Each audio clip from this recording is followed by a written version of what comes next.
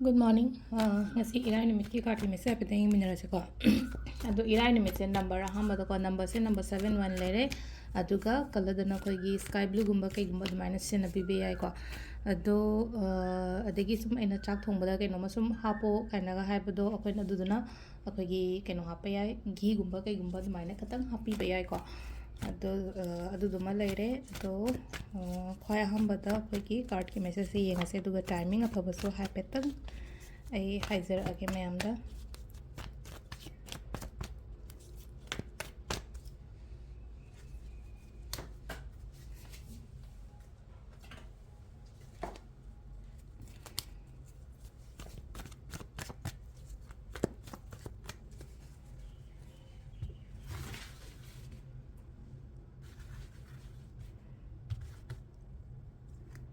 card number 1 card number 2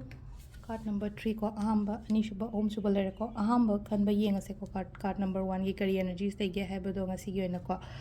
first card tala ise ko haidi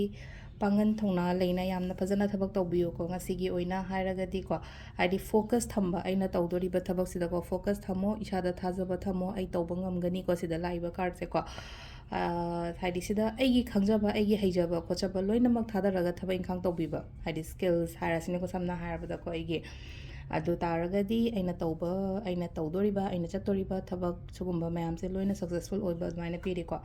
number 2 ko number 2 sina mu yam phajana nushi nana leiba oina oi ko ngasi gi oina haragadi khatang wakhan ga se relax oiba degi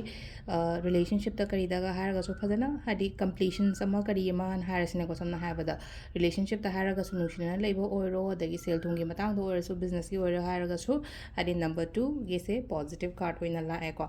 number 3 ko number 3 sina hadi peshanung shagi kari gi wakan khitang hai tare ko hadi matha katang chaba yai ko sise ado ngasi gi oina ni ko hadi short term gi oina ne yamna changna layo ko lo haina dain pi daba aduga timing sina ki pung mari ga minute kuntra tare tagi na pung mapan ga minute kuntra de paung le degi 38 ga minute 38 de na 12 ga minute yankai phawom le ko adagi mu pung mari ga minute tare tegi na manga ga minute nifu manga paung le tegi nipan ga minute kunipan de na mapan ga minute nifu mapan paung le ko adagi mu 38 ga minute 38 dagi na nungdangi ni ko sisa 38 ga minute 38 dagi na pung 3 ga minute 30 paung le ko sisina ko gi ngasi gi oina afaba timing ko ado akhoi gi daily card message ko irai numit ki se